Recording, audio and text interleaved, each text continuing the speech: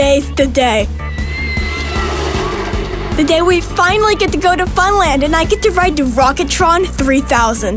Considered the greatest roller coaster ever built. If you can ride it without puking, you get a free t-shirt.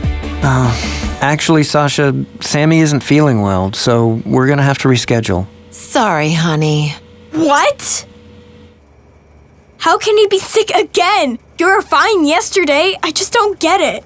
You think I like it? Try putting yourself in my shoes. Excellent idea. Axon? What are you doing here? Well, I was sort of eavesdropping from an orbital space station billions of miles away. Sorry about that. But I heard what you were talking about, and I thought I could help. Sounds like you both need help understanding Sammy's chronic illness. Here, put these on. Okay, cool. Wait a second. This isn't going to body swap us or anything, so I can be in his shoes, is it? I sure don't want to do that. Ew, gross. No, I've got a way better idea. Say hello to your neuroreminiscence temporal translocators. They allow us to travel through your memories. No way. Hello, Nero, remember what's it? Oh, wow. Let's do this. Excellent. Here we go.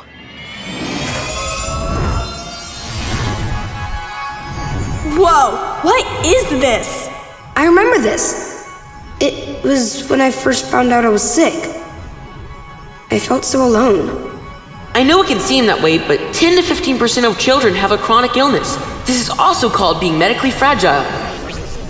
This was when I found out I was going to have to miss a lot of school.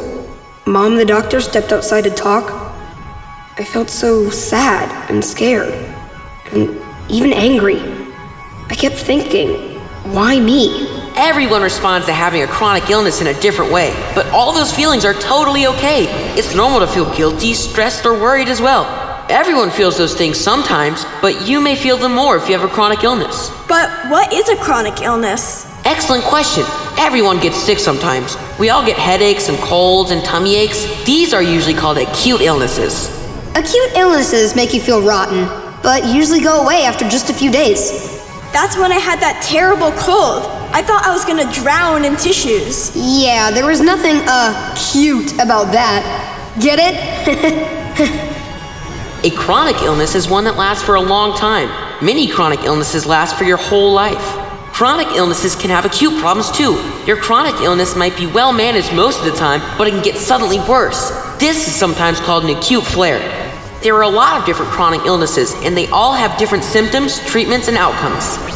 Most people with a chronic illness don't think of themselves as having a chronic illness, but as having a particular condition, like asthma, epilepsy, or sickle cell disease. Some chronic illnesses begin when you were born, so you won't remember a time you didn't have it. But other chronic illnesses such as type 1 diabetes, cancer, and epilepsy can start at any age. I don't remember this. Sasha, why were you so sad? I think this is my memory. You were always sick as a baby. Don't worry about it. How the illness affects you can change depending on how old you are when diagnosed. When you're younger, your parents or carers will help you a lot. But as you get older, you'll take on more responsibility yourself. Yeah, Mom still tells me when it's time to take my medicine, but she's teaching me how to do it myself. My last birthday? Why are you remembering this? I was having another flare-up that day and had to miss it. Then I got worried and scared, thinking about the other stuff I might have to miss out on because of my illness. I felt so bad I had to miss your party. Then I felt angry at my stupid body for getting sick all the time. Then I felt guilty. Maybe it was my fault that I was sick, and maybe I could have done something different and then I wouldn't be sick now. Sammy, I can assure you that having a chronic illness is 100% not your fault or anyone else's fault. It's horrible to have those feelings, but it's also totally normal. Being diagnosed with a chronic illness is a wild ride. You'll have good days and tough days, and you'll go through a lot of different feelings. But don't worry, little bro. It's not a ride you have to go on alone. I got your back. Eventually, living with your chronic illness will just feel normal, but that's a long process. The more you learn about your illness, the easier it is to cope with. There's a whole team of doctors, nurses, and experts ready to help you do just that. Like Nurse Jane. She explains things so well, and she's really funny. But don't forget, Sammy, you are an expert too. No one knows your body or how you're feeling better than you do. You and the doctors and the nurses are a team. You have to work together to figure out the best plan for you. Sometimes it just gets too much, you know? When I think about school and homework and chores and my friends and all the other stuff I've got going on top of being sick. I totally get that. Growing up is the hardest thing there is. But remember, despite everything, you've made it this far. Just keep going. Yeah, Sammy, you should be really proud of yourself. I know I'm proud of you. I never thought of it that way. Thanks, guys.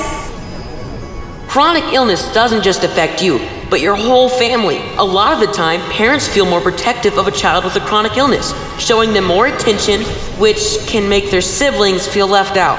Wait, that memory from earlier. You were sad because Mom couldn't pay you much attention because she was taking care of me. Yeah. With you always being sick, it was hard to get Mom and Dad's attention sometimes. Wow. I never thought about how my illness might affect you. I'm really sorry. It's okay. We're both learning a lot today. Axon, what's next on Educational Memory Lane?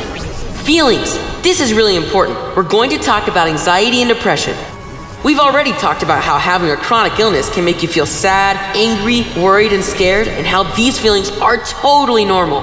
But what's not normal is if you have so many worries that you feel overwhelmed and are unable to cope with everyday life. This is called anxiety.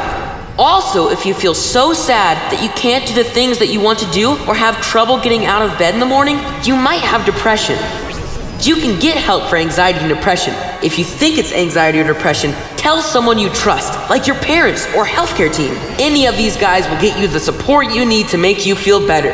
Hey, that sounds like good advice, Sammy. Yeah, I agree. I think that's enough traveling through the past. Let's get back to the present. Whoa, that was crazy. To think I was upset about not getting to ride a roller coaster when, Sammy, your whole life is a roller coaster. Yeah, it can be. And I'm sorry it sometimes makes your life hard too. Growing up is hard. Growing up with an illness can be even harder. There's nothing easy about having a chronic illness, but I do have a few more tips that can help. Share your thoughts and feelings with people you trust. Learning all that you can about your condition can help you deal with problems. Find out what helps you to relax. Try different things like going for a walk, drawing, listening to music, or writing about your feelings. Connect with other people with your chronic illness at a summer camp, a support group, or online. Remember, you're doing a difficult job, so it's okay to ask for help. Be proud of yourself. You already got this far. Uh-oh, I've got to go. I'm getting a call for another Meducation emergency. That's okay. I think I better have a rest now anyway. Thanks, Axon. And thank you, Sasha, for everything. Anytime, little brother. A few weeks later at Funland. I think we're making new memories. Yeah, awesome memories. Yes, awesome, terrifying, slightly nauseating memories.